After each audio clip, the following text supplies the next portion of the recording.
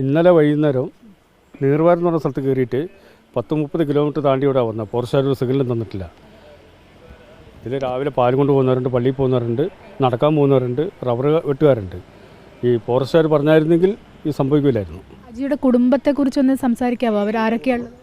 രണ്ട് മക്കൾ, സുഖമില്ലാത്ത 2 അപ്പനും അമ്മയും സുഖമില്ലാത്ത. ആകെയുള്ള ആശ്രയം അജിയായിരുന്നു. അജിയായിരുന്നു. ഇനി കുടുംബം താർന്നു പോയി. അജിക്ക് കൃഷിപ്പണിയായിരുന്നു. കൃഷി ഉണ്ടായിരുന്നു, കൂലിപ്പണിയില്ല, കൃഷി പരിപാടിയായിരുന്നു. ഇനി എന്ത് വേണം? അധികൃതർ ഇനിയൊന്നും ചെയ്താൽ പകരമാവില്ല എന്നറിയാം, പക്ഷെ എന്ത് വേണം എന്നാണ്? ഒന്നും ആവില്ല.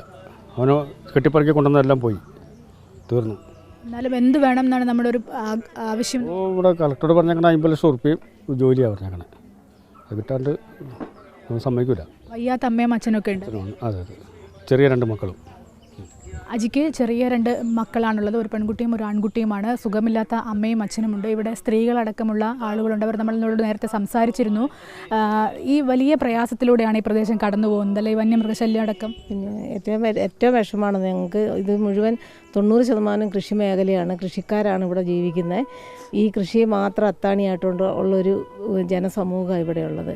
അപ്പോൾ വന്യമൃഗങ്ങളുടെ ശല്യം കാരണം ഒന്നും കൃഷി ചെയ്യാൻ പറ്റിയില്ല. ഒരു ആദായം, ഒരു വിളവ് കിട്ടുകയില്ല. ഇപ്പോൾ ആൾനാശം ഇങ്ങനെ വന്നിരിക്കുന്നു. ഒരു കുടുംബത്തിൻ്റേതായിട്ടുള്ള എത്ര അംഗങ്ങളുള്ള ഒരു കുടുംബത്തിൻ്റെ ഒരു അത്താണി ഇപ്പോൾ ഞങ്ങൾക്ക് നഷ്ടപ്പെട്ടിരിക്കുന്നത്. ഞങ്ങൾക്ക് പ്രായമായ അച്ഛൻ, അമ്മ സ്ട്രോക്ക് വന്ന് അവശതയിലുള്ളത്, പിന്നെ കുഞ്ഞു മക്കൾ 9 വയസ്സും 13 വയസ്സുള്ള കുട്ടികൾ, അവരുടെ വിദ്യാഭ്യാസം. ആ കൊച്ചിന്ന് രാവിലെ എന്നോട് ചോദിച്ച് കരഞ്ഞ വിവരം ഇതായി, ആൻറ്റി ഇനി ഞങ്ങളെങ്ങനെയാണ് പഠിക്കണമെന്ന്. ഇങ്ങനെയൊക്കെയുള്ള സങ്കടങ്ങൾ, ആ കുഞ്ഞുങ്ങളുടെ ചോദ്യങ്ങൾക്ക് മറുപടി പറയാൻ ഞങ്ങൾക്ക് കഴിയുന്നില്ല. ഞങ്ങൾക്ക് നാട്ടുകാർക്ക് അവരെ ആശ്വസിപ്പിക്കാൻ പറ്റുന്നില്ല. ഇങ്ങനെയൊക്കെയുള്ള കാര്യങ്ങളാണ്. എൻ്റെ സഹോദരൻ്റെ മോനാണ് ഞങ്ങൾക്ക് നഷ്ടപ്പെട്ടത്. അജി ഈ മൃഗത്തെ, ആനയെ ഓടിക്കാനടക്കം മുൻപിലുണ്ടായിരുന്ന ഒരാൾ കൂടിയാന്ന് തോന്നുന്നല്ലേ? ഇല്ല, ഓടിക്കാനല്ല. രാവിലെ അവനിവിടെ പറമ്പിൽ പണിയുണ്ട്. അപ്പോൾ പണിക്കാർ അവിടെ കോളനി ഉണ്ട്, അവിടെ നിന്ന് ആളെ വിളിക്കാൻ പോയതാണ്. ആ സമയത്താണ്. അപ്പോൾ നമ്മൾ ആ കാണുന്ന ദൃശ്യങ്ങളിൽ കുട്ടികളടക്കം ഓടി അകത്തേക്ക് കയറുന്നുണ്ട്. പക്ഷെ അജിക്ക് കയറാൻ പറ്റില്ല. അത് ആ വീട്ടിലെ കുട്ടികൾ അവർക്ക് ഗേറ്റ് തുറന്നു കൊടുക്കാൻ വന്നതാണ്. അവർക്ക് തുറക്കാൻ പറ്റിയില്ല. അപ്പോഴേക്കും ആന അടുത്തെത്തിക്കഴിഞ്ഞു. പിന്നെ ഇങ്ങനെ ചെറിയ മക്കൾ ചാടിക്കയറുന്ന പോലെ മതിൽ ചാടിക്കയറാൻ കുട്ടികൾക്ക് വലിയ ആൾക്കാർക്ക് ആവില്ലല്ലോ. അതാണ് അവിടെ സംഭവിച്ചത്. ഇവിടെ കഴിഞ്ഞ ദിവസം ആനയുടെ മുൻപിൽ പെട്ടുപോയ ഒരു ആൾ കൂടിയുണ്ട്. ചേട്ടാ, കഴിഞ്ഞ ദിവസമാണ് ഇങ്ങനെ ഒരു ആനയുടെ മുൻപിൽ ഭാര്യ അടക്കം പെട്ടുപോയി എന്ന് പറഞ്ഞിരുന്നില്ലേ? ഇന്ന് തന്നെയാണോ? എന്തായിരുന്നു സംഭവം?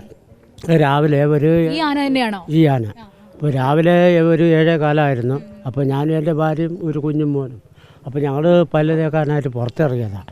അടുക്കള വശത്ത് ഇറങ്ങി വരുമ്പോൾ നമ്മുടെ തൊട്ട് തലനാരിന് രക്ഷപ്പെട്ട ഞങ്ങൾ വന്നതേ ഒരു കട്ടക്കിട്ട് ചവിട്ടി ആന നമ്മൾ പിടിക്കാനായിട്ട് എത്തുമ്പോഴത്തേനും ഞങ്ങൾ അകത്തേക്ക് അടുക്കളക്കകത്ത് ഓടിക്കയറി. അപ്പോഴത്തേനും വീട്ടിനകത്തുള്ളവരെല്ലാവരും കൂകി. അത് കാരണം ഞങ്ങൾ രക്ഷപ്പെട്ടു.